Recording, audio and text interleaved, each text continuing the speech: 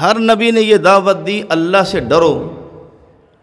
اللہ سے ڈرنے کا مطلب، تقوی اختیار کرنے کا مطلب یہی ہے کہ اللہ کے ساتھ کفر چھوڑ دو، شرک چھوڑ دو، توحید کو اپنا لو، اور جہاں تک اس کی بندگی کا تعلق ہے وَأَطِيعُونَ، میری بات مانو، میری اطاعت کرو، میں تمہیں جس طرح کہوں ویسا ہی کرو۔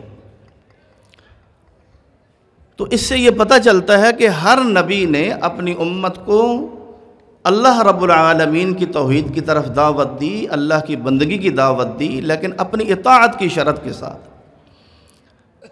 غیر مشروط اللہ کی بندگی یہ کسی نبی نے دعوت نہیں دی۔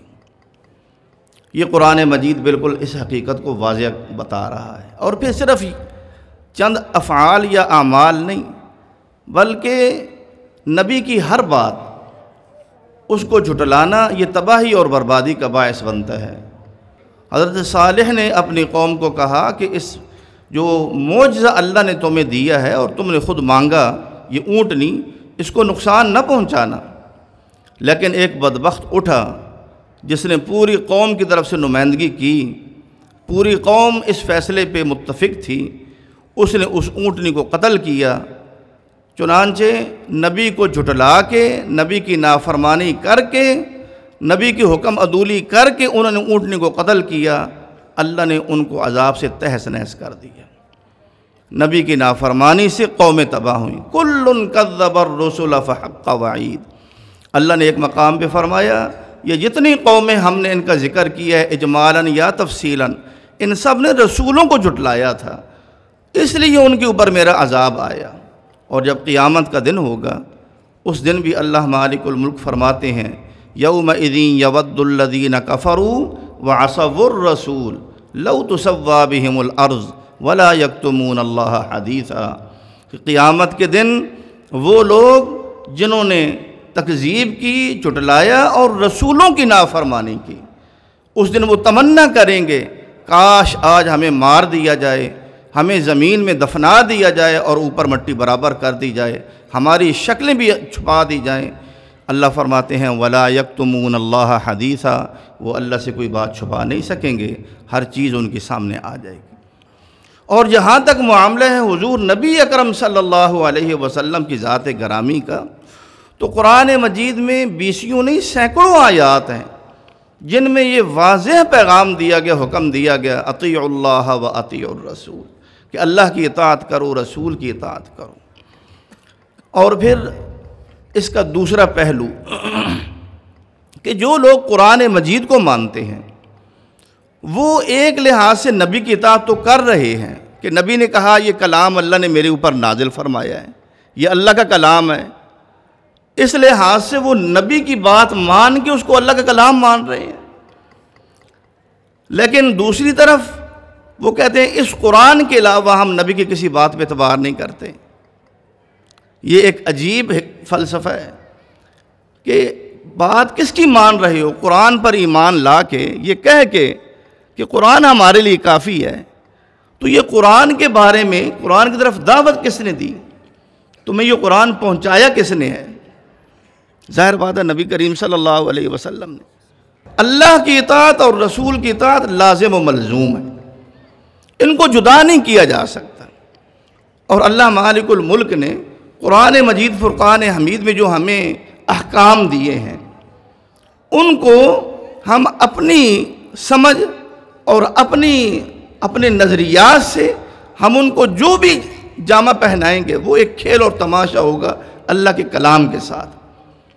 ایک کتاب ہے انکار حدیث سے انکار قرآن تک، انکار حدیث سے انکار قرآن تک۔ اس کتاب کو لکھنے والے اپنے وقت کے امام سید عبدالسلام رستمی رحمۃ اللہ علیہ گزرے ہیں، پشاور کے بہت بڑے عالم دین، ان کی کتاب ہے یہ، دارالسلام نے چھاپی۔ اس میں انہوں نے ایک واقعہ لکھا ہے کہ میرا اپنے کتابت کے دوران، تالیف کے دوران واقعہ لکھا کہ کچھ عرصہ پہلے ایک منکر حدیث نے، ایک پرویزی نے، اس کی میرے ساتھ جب گفتگو ہوئی تو اس نے مجھے کہا کہ نماز صرف 2 رکھتے ہیں، یہ 3 رکھتے ہیں، 4 رکھتے ہیں، اس کا کوئی کانسیپٹ نہیں ہے۔ نماز کتنی رکھتے ہیں؟ 2 رکھتے ہیں۔ میں نے کہا وہ کیسے؟ کہنے لگا قرآن سے، قرآن میں 2 رکعتیں پڑھنے کا ذکر ہے۔ میں نے کہا کہاں ذکر ہے قرآن میں 2 رکعتیں پڑھنے کا؟ اس نے سورہ نساء کی وہ آیت کریمہ جس میں نماز خوف کا ذکر ہے کہ اے میرے محبوب، جب خوف کی حالت ہو، دشمن سامنے کھڑے ہوں اور تم نماز پڑھنے لگو تو تم نے اپنے صحابہ کو کیسے نماز پڑھانی ہے؟ جب تم نے نماز پڑھانی ہے تو ان کو 2 حصوں میں تقسیم کر لینا ہے، اپنے صحابہ کو 2 جماعتیں بنا لینی ہیں ان کی۔ ایک جماعت آپ کے ساتھ 1 رکعت ادا کرے گی، یہ بھی اپنا اسلحہ پکڑ کے اٹھا کے رکھیں گے، نماز بھی پڑھیں گے۔ دوسری جو جماعت ہے وہ دشمنوں کے مقابلے میں کھڑی رہے گی، اور جب یہ لوگ آپ کے ساتھ 1 رکعت پڑھ کے فارغ ہو جائیں گے، یہ چلے جائیں گے، وہ لوگ آئیں گے تو وہ آپ کے ساتھ 1 رکعت پڑھیں گے اور اسلحہ اٹھا کے رکھنا ہے۔ کہنے لگا 2 رکعتوں کا ذکر ہے۔ وہ کہتے ہیں میں نے کہا عقل کے اندھے، امام کے ساتھ تو ان کو 1 رکعت پڑھنے کا حکم دیا گیا ہے، 2 رکعتیں تو ہے ہی نہیں۔ آپ بھی سمجھ رہے ہو کہ قرآن میں تو 1 رکعت پڑھنے کا حکم ہے امام کے ساتھ، آپ نے 2 رکعتیں کہاں سے بنا لی ہیں؟ ہر ایک فریق نے 1 رکعت پڑھنی ہے۔ اور اہل علم جانتے ہیں کہ نماز خوف کے تو اللہ کے نبی سے 7 طریقے مروی ہیں مختلف اوقات۔ انہوں نے کھلواڑ بنا لیا قرآن مجید کو۔ جب آپ قرآن مجید فرقان حمید سے حدیث کو الگ کر دیں گے تو قرآن مجید کی آیات کھلواڑ بن جائیں گی۔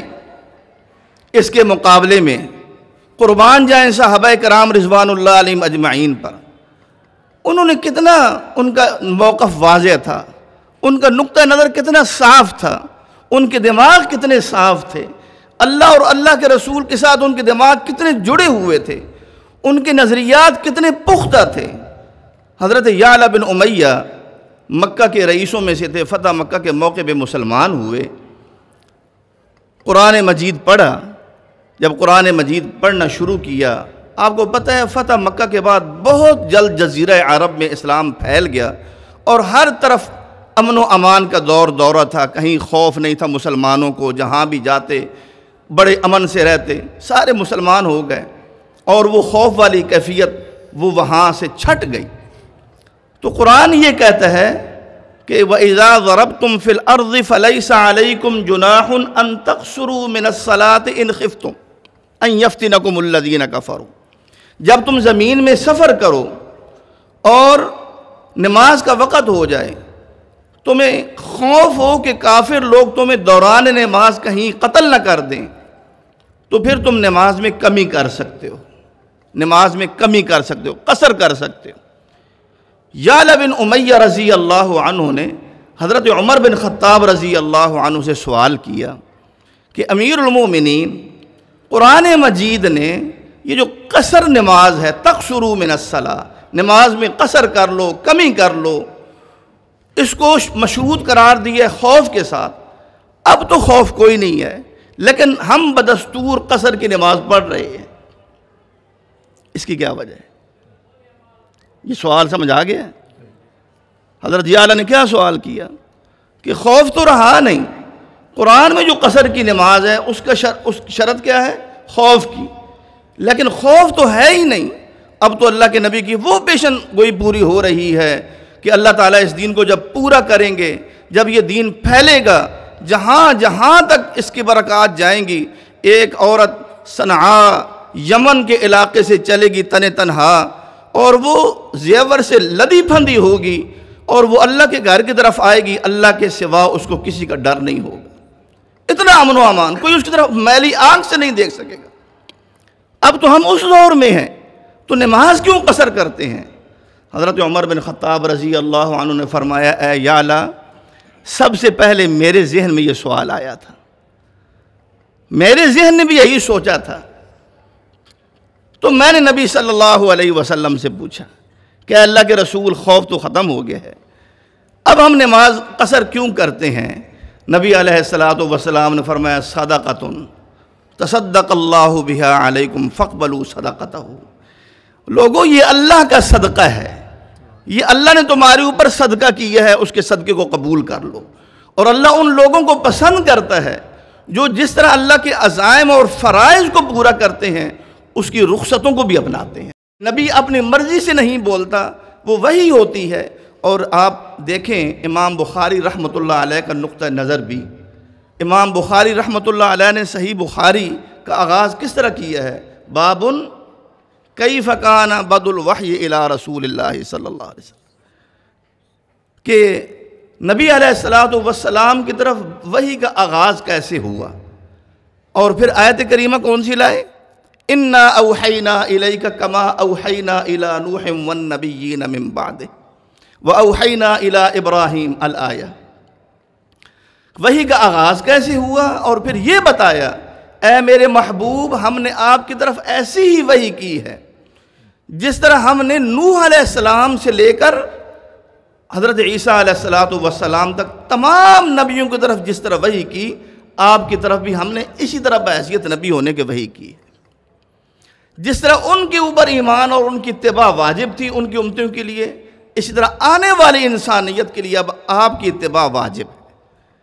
یہ کہہ کہ انہوں نے یہ بتایا، یہ اشارہ کیا کہ میں یہ جو کتاب لکھنے لگا ہوں اللہ کے فضل سے، اس کتاب میں جو بھی مرفوع مسند روایت ہوگی، ذرا الفاظ کیا ہے، اور مسند جو روایت ہوگی وہ وحی ہوگی۔ وہ کیا ہوگی؟ جو اللہ کے نبی سے جو بھی منسوب ہوگا، جو میں اس کتاب کے اندر درج کروں گا۔ اور آپ کو پتہ ہے امام بخاری رحمۃ اللہ علیہ نے اس معاملے میں جو طرز عمل اور جس اخلاص کا مظاہرہ کیا، اس روئے زمین پر اس سے بڑھ کر کوئی عمل نہیں ہو سکتا۔